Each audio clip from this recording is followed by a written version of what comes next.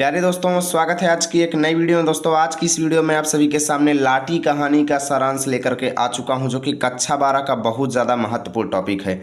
ये आपको board exam में पूरे 5 अंक दिलाने वाला है। जी हाँ दोस्तों, ये बोर्ड एग्जाम में 100% ये प्रश्न आता ही आता है कि लाठी कहानी का सारांश लिखिए। ठीक है, और आज की इस वीडियो को अगर आप अंतिम तक देख लेते हैं तो लाठी कहानी का सारांश आपको रटना तो बिल्कुल भी नहीं पड़ेगा। जी हाँ दोस्तों, बिल्कुल भी रटने की ज़रूरत नहीं पड़ेगी।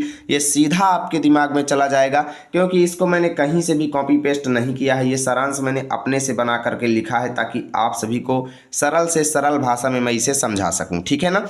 किसी भी क्वेश्चन बैंक के किसी भी बुक में आप इसे ढूंढेंगे तो मिलेगा ज़रूर, लेकिन इतना आसान भाषा में नहीं मिलेगा। 2-2 पेज 4-4 पेज का मिलेगा, जिसको रटने में आपका बहुत ज़्यादा समय बर्बाद होगा। प्लस एग्जाम में उतना लिखने पर आपको एक्स्ट्रा मार्क्स भी नहीं मिलेंगे, क्योंकि दोस्तों एग्जाम में ये 80 शब्दों में पूछा जाता है, और इससे ज़्यादा शब्दों में अगर आप लिखते हैं तो वो आपकी बेवकूफ़ी है ना।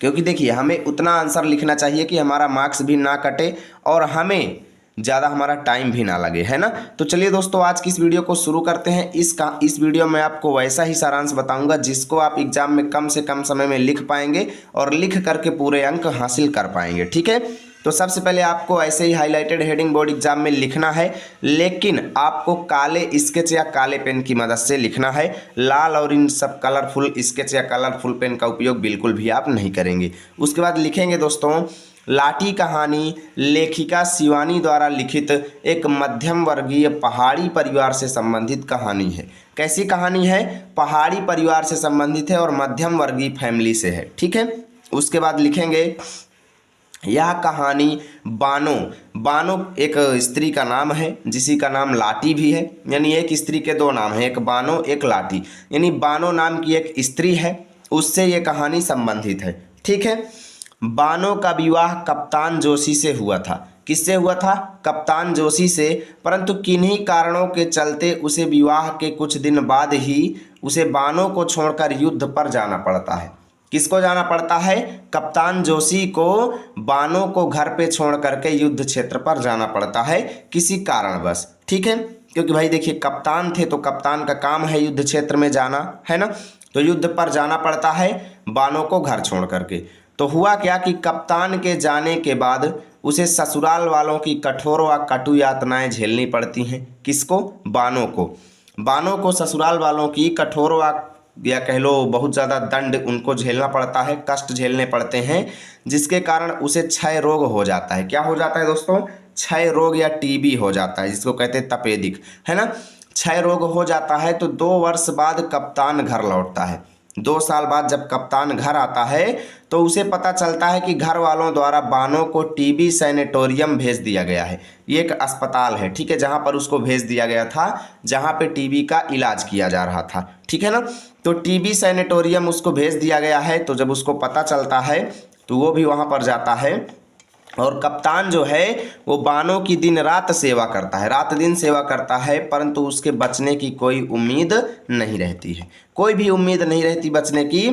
तो बानो जो है अपनी मृत्यु के निकट आने का आभास करके, यानी बानो को ऐसा आभास होता है कि उसकी मृत्यु जल्द ही होने वाली है, तो उसकी मृत्यु के निकट आने का आभास करके एक दिन नदी में कूद जाती है। यानी अस्पताल से निकल करके रात को चली जाती है और नदी में कूद जाती है। ठीक है, तो कप्तान जब देखता है तो अस्पताल के रूम में कोई था ही नहीं, तो क्या करते हैं कि ढूंढते हैं, परंतु वो कहीं भी उसको नहीं मिलती।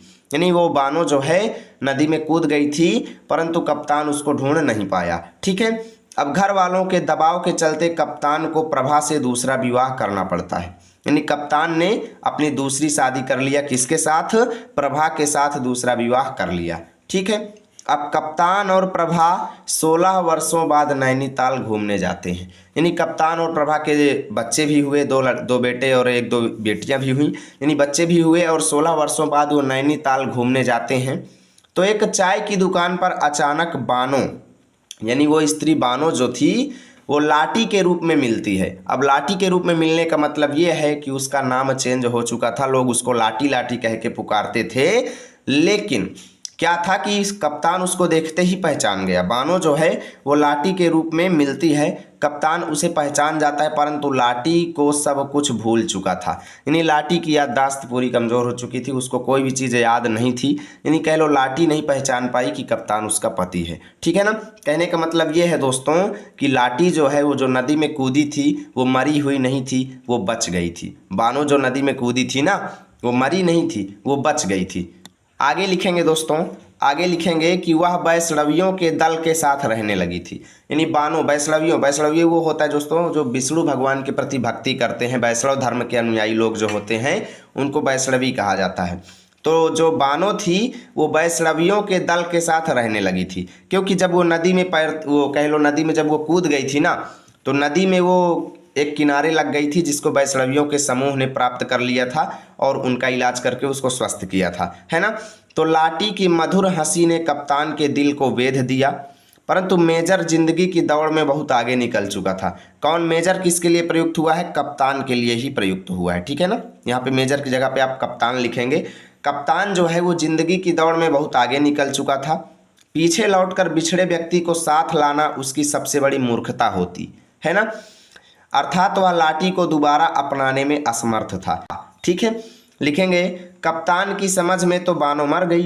यानी कप्तान की सोच में क्या था कि बानो तो मर गई, अब तो वह लाठी थी। भाई बानो मर गई और बानो जा कर के लाठी नाम में बदल गई, तो अब उसका मतलब ये है कि भाई देखिए बानो उसकी पत्नी का नाम था, लाठी तो उसकी पत्नी का नाम था नहीं। यानी कप्तान की समझ में तो बानो मर गई, अब तो वह लाठी थी। प्रभु ही अब उसका मालिक और प्रभु ही उसका मात्र एक सहारा था। यानी यहाँ से यह कहानी समाप्त हो जाती है। तो दोस्तों ऐसे आपको बोर्ड एग्जाम में इस कहानी का पूरा सारांश लिखना है। उम्मीद करता हूँ पूरा सारांश आपको अच्छे से समझ में आया होगा।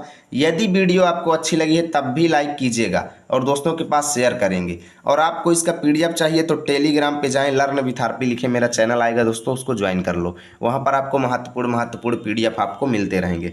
मिलेंगे आप सभी के साथ अगली वीडियो में, तब तक के लिए जय हिंद जय भारत।